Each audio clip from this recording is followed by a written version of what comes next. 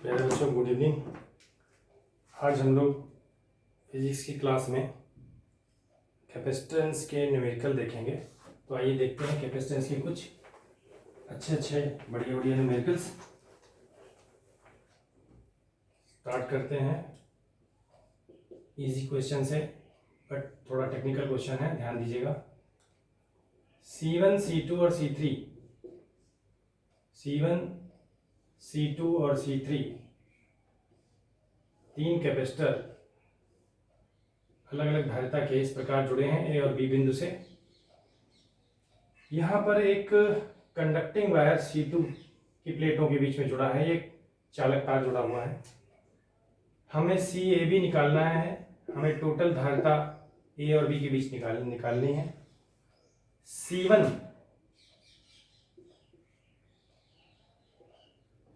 C2 और C3 तीन capacitor ए और बी बिंदुओं के बीच में जुड़े हैं। C2 के सिरों पर एक तार जुड़ा हुआ है, ए और बी के बीच में बैटरी लगी है, ये अंडरस्टूड है। जिन दो बिंदुओं के बीच में कैपेसिटेंस या टोटल कैपेसिटेंस या टोटल रेजिस्टेंस निकालना होता है, उन्हीं दो बिंदुओं के बीच में बैटरी जुड़ी होती है, ये बात अंडरस्टूड है, चाहे बैटरी प्रदर्शित की गई हो चाहे न प्रदर्शित की गई हो। तो देखते हैं इस क्वेश्चन में फाइनली स्टीडी स्टेट में C2 पर कोई आवेश नहीं होगा, क्योंकि यदि इसके एक प्लेट पर पॉजिटिव दूसरी प्लेट पर नेगेटिव आवेश आए भी तो ये जो चालक तार है ये इलेक्ट्रॉन को नेगेटिव प्लेट से पॉजिटिव प्लेट पर भेज देगा और इसको न्यूट्रलाइज कर देगा। यानी कि ये जो कंडक्टिंग तार है ये इन दो पॉइंट्स के पोटेंशियल को सेम बनाए रखेगा। अगर ये P और Q पॉइंट है तो P और Q का पोटेंशियल सेम रहेगा इस चालक तार की उपस्थिति के कारण, क्योंकि धारा कोई बह नहीं रही है। धारा यदि बहती तो इसमें विभवांतर होता। स्टेडी स्टेट में फुली चार्ज हो जाने के बाद इसमें इस कैपेसिटर या इस कैपेसिटर के थ्रू धारा जा नहीं पाएगी। इस वजह से इस पूरी ब्रांच सर्किट में इस ब्रांच में या इस ब्रांच में किसी भी ब्रांच में कोई धारा नहीं होगी। तो P और Q का पोटेंशियल सेम होगा, इसलिए इस कैपेसिटर पर कोई चार्ज नहीं होगा, इसलिए इसको हटा दिया जाएगा। C1 और C3 श्रेणी क्रम में हो जाएंगे। यहाँ से जाने वाला आवेश इधर से घूम करके इस पे आ जाएगा, यानी कि दोनों पर आवेश समान होगा। C1 एंड C3 श्रेणी क्रम में है, C1 एंड C3 श्रेणी क्रम में है, इसलिए टोटल धारिता CAB का मान C1 इंटू C3 अपान C1 प्लस C3 आ जाएगा। श्रेणी क्रम में जो सूत्र होता है 1/C1 प्लस 1/C3 उसी को यूज करिएगा, लघुत्तम LCM लीजिएगा और उसे पलट दीजिएगा तो CAB का मान ये आ जाएगा। ये क्वेश्चन SC वर्मा से था, ऑब्जेक्टिव क्वेश्चन है SC वर्मा का, ठीक क्वेश्चन है। इसमें ये कॉन्सेप्ट पता चल रहा है कि अगर कोई चालक तार हो तो स्थायी अवस्था में उन दो पॉइंट्स का पोटेंशियल वो सेम बना देता है, इस वजह से इस कैपेसिटर को हटा दिया जाएगा। चलिए आइए देखते हैं सेकंड क्वेश्चन। सेकंड क्वेश्चन में तीन कैपेसिटर C1, C2, C3 लगे हुए हैं इस तरीके से। ये बड़ा पॉपुलर क्वेश्चन है, बहुत पहले कंपटीशन में पूछा गया था, IIT में, फिर नीट में, फिर बोर्ड में भी कई बार पूछा जा चुका है। इसमें एक कंडक्टिंग वायर यहाँ जुड़ा हुआ है इस पॉइंट से इस पॉइंट के बीच, और दूसरा कंडक्टिंग वायर जुड़ा हुआ है यहाँ से यहाँ के बीच, और हमें ए और बी बिंदुओं के बीच में टोटल धारिता निकालनी है। तो ए और बी के बीच में टोटल धारिता निकालने के लिए हम इस चित्र को फिर से बनाएंगे एक बार। प्लेट की नंबरिंग कर ले 1 2 3 4 5 6 और फिर से फिगर बनाएं। तो ए बिंदु से डायरेक्ट इस तार के जरिए 1 नंबर प्लेट जुड़ी है और इस वाले तार के जरिए 4 नंबर और 5 नंबर जुड़ी है, यानी कि ए बिंदु से एक तो 1 नंबर प्लेट जुड़ी है, दूसरी 4 नंबर जुड़ी है, तीसरी 5 नंबर जुड़ी है। अब जरा बी पॉइंट से देखिए, बी पॉइंट इधर लीजिए और बी पॉइंट से जोड़िए। तो बी पॉइंट से एक तो 6 नंबर जुड़ी है जो 5 के सामने है, तो बी से मैंने एक 6 नंबर बना दी जो 5 के सामने है। फिर दूसरी इस वाले तार के जरिए 3 नंबर और 4 नंबर जुड़ी है, लेकिन 3 नंबर 4 के सामने बनाऊंगा मैं, क्योंकि 3 नंबर 4 के सामने है, और 2 नंबर 1 के सामने बनाऊंगा, तो 2 नंबर भी इस वाले तार के जरिए इधर से जुड़ी है बी बिंदु से, तो ये 2 नंबर। अब आप चित्र को ध्यान से देखो तो ए और बी बिंदुओं के बीच में ये तीनों संधारित्र आपको समांतर क्रम में दिखने लगे होंगे, वोल्टेज सेम है। जो पोटेंशियल डिफरेंस ए और बी का है वही इन दो प्लेट्स का, वही इन दो प्लेट्स का, वही इन दो प्लेट्स का, मतलब C1 C2, ये C1 है, ये C2 है, ये C3 है, तो C1 plus C2 plus C3 total धारता हो जानी चाहिए। CAB का आंसर हो जाना चाहिए ये, क्योंकि तीनों समांतर क्रम में है।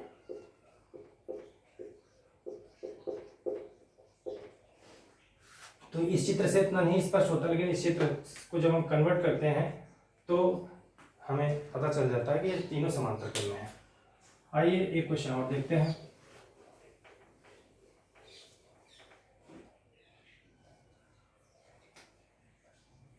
क्वेश्चन नंबर 3, इसमें ये क्वेश्चन भी बोर्ड एग्जाम में कई बार पूछा गया है। 3 माइक्रोफेरेड, 2 माइक्रोफेरेड, 3 माइक्रोफेरेड, इसके आगे फिर 3, ये 2, ये 3, सब माइक्रोफेरेड में है। ध्यान दीजिएगा, अगर कहीं ना भी लिखा हो समझ लीजिएगा माइक्रोफेरेड में है धारता है। तो ये 3 और ये 3। कहा जा रहा है टोटल धारता निकालिए ए और बी के बीच, ए और बी के बीच टोटल धारता निकालिए। तो चलिए ए और बी के बीच में टोटल धारता डिस्कस करते हैं। ध्यान से देखिए, इन 2 पॉइंट्स के बीच में बैटरी लगी है, अंडरस्टूड है। बैटरी ने आवेश भेज करके सभी को आवेशित कर दिया है, और स्थायी अवस्था की बात हो रही है। आपके कोर्स में सिर्फ स्थायी अवस्था के न्यूमेरिकल स्टाइल आते हैं। हालांकि IIT के कोर्स में चार्जिंग डिस्चार्जिंग के भी फार्मूले हैं, वो मैं पढ़ा चुका हूँ, लेकिन फिलहाल ये स्थायी अवस्था का केस है। स्थायी अवस्था में हमसे पूछा जा रहा है ए और बी के बीच की टोटल धारता कितनी, तुल्य धारता कितनी है। तो अगर यहाँ चालू करना शुरू करेंगे, जो चार्ज यहाँ से जाएगा वही इसको भी आवेशित करेगा, वही इसको भी आवेशित करेगा, वही इसको भी, यानी कि ये तीनों श्रेणी क्रम में है। तो ये 3 और ये 3, ये भी 3 है, 3 माइक्रोफेरेड, ये तीनों श्रेणी क्रम में है। तो 1/3 प्लस 1/3 से टोटल धारता 1/C1 निकाल लें, तो C1 का मान 3 LCM 1 + 1 + 1 3/3 यानी कि 1 माइक्रोफेरेड आ जाएगा। अब ये इसको हटाइए, इन तीनों को हटाइए, यहाँ पर 1 माइक्रोफेरेड लगाइए, ये 1 माइक्रोफेरेड में लगाया। अब ये 1 और ये 2 दोनों समांतर क्रम में दिख रहे हैं, आपको समांतर क्रम दिख रहा होंगे। फर्स्ट प्लेट इस पॉइंट से, सेकंड प्लेट यहाँ से जुड़ी है, दोनों का वोल्टेज समान होगा। तो C1 के साथ में 2 जो है समांतर क्रम में है, तो C1 and 2 समांतर क्रम में है, और इस वजह से टोटल धारता 2 + 1 यानी 3 हो जाएगी। तो 2 + 1 टोटल धारता हो गई, मान लिया C2 है, ये 3 आ गई, 3 माइक्रोफेरेड। अब इन दोनों को हटाइए और एक सिंगल कैपेसिटर 3 का लगाइए। अब फिर वही बात आ जाएगी, ये 3 3 3, ये 3 3 3, ये तीनों जो है समान श्रेणी क्रम में है। तो फिर से श्रेणी क्रम में आप जब निकालोगे तो इन तीनों का टोटल निकल आएगा। C3 मान लो वो 3/3 यानी कि 1 माइक्रोफेरेड आ जाएगा, जैसे मैंने ऊपर करके यहाँ दिखाया हुआ है। ऐसे ही इन तीनों को श्रेणी क्रम में जोड़ोगे 1 आ जाएगा। अब ये इन तीनों को हटाओगे और फिर यहाँ से 1 लगाओगे, 1 माइक्रोफेरेड का एक कैपेसिटर लगाओगे, 1 माइक्रोफेरेड का एक कैपेसिटर लगाओगे, और 1 2 के साथ फिर से समांतर क्रम में हो जाएगा, तो 1 + 2 फिर 3 हो जाएगा। C4 मान लें तो 2 + 1 यानी कि 3 माइक्रोफेरेड, ये फिर से दोनों समांतर क्रम में है। C4 इसको मान लिया मैंने, C4। अब यहाँ से हटा करके एक सिंगल 3 लगाओ, 3 माइक्रोफेरेड, तो 3 3 3 फिर से श्रेणी क्रम में आ रहे हैं, यानी कि 1/3 + 1/3 + 1/3, तो टोटल धारता 1 आ जाएगी, CAB। तो CAB का मान LCM लेकर के 3 1 + 1 1 + 1 यानी कि 3/3 यानी कि 1 माइक्रोफेरेड आ जाएगा। फाइनल आंसर है 1 माइक्रोफेरेड। तो ये कुछ छोटे छोटे क्वेश्चंस हैं जो आपको समझ में आ रहे होंगे।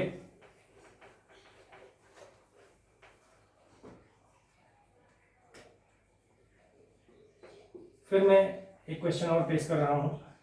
दोनों प्लेटों के बीच की दूरी d है समांतर पट संधारित्र में, और आधे पोर्शन में d/2 इधर K1 डाइलेक्ट्रिक कांस्टेंट वाला गुटका भरा हुआ है, इधर हाफ में K2 का भरा हुआ है। तो बीच में इसकी टोटल धारता A और B बिंदुओं के बीच हमें निकालनी है, CAB हमें निकालना है।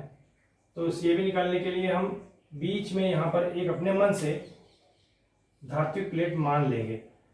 धात्विक प्लेट मान लेंगे तो जब इधर से आप आवेश दोगे +Q, तो इस पे +Q पहुंचेगा, यहाँ पे इसके इधर बाई सरफेस पे -Q पहुंचेगा, दाई सरफेस पे +Q पहुंचेगा, और इंडक्शन होगा यहाँ पे -Q पहुंचेगा, और फिर बाहर सरफेस पे +Q पहुंचेगा, और ये बैटरी के नेगेटिव टर्मिनल पे चला जाएगा।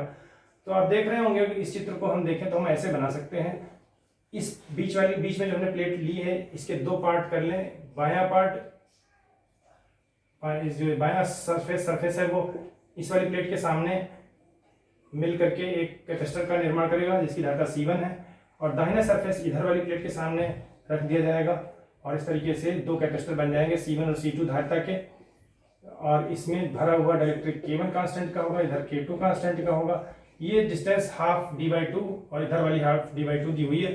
तो C1 की वैल्यू क्या आ जाएगी,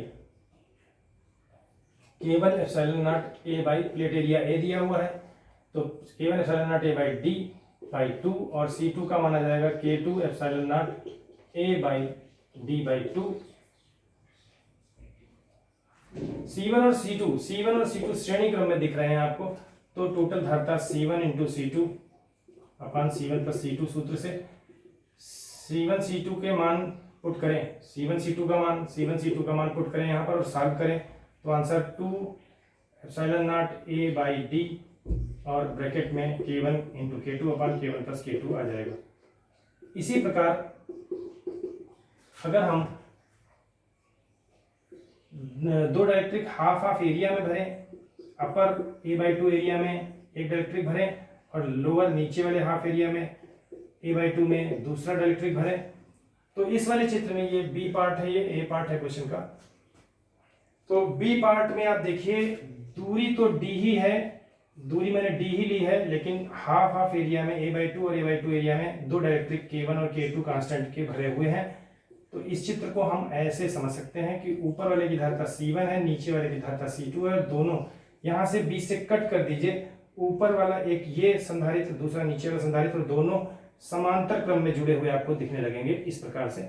यहाँ पर K1 कांस्टेंट का डाइलेक्ट्रिक भरा है, यहाँ पर K2 कांस्टेंट का डाइलेक्ट्रिक भरा है, और ये दोनों समांतर क्रम में है, ये दोनों समांतर क्रम में है।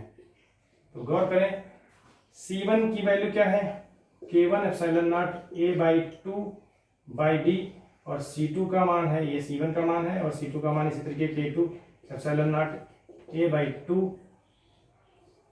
बाई D, और ये दोनों समांतर क्रम में है। तो टोटल धारिता CAB समांतर क्रम में क्यों है, क्योंकि पूरी ये प्लेट पॉजिटिव पोटेंशियल पर है, ये पूरी पॉजिटिव, ये प्लेट राइट वाली नेगेटिव पोटेंशियल पर है। तो जो potential difference upper half part में इन दोनों प्लेटों के बीच होगा, जो इन दो प्लेटों के बीच होगा वही इन दो प्लेटों के बीच होगा।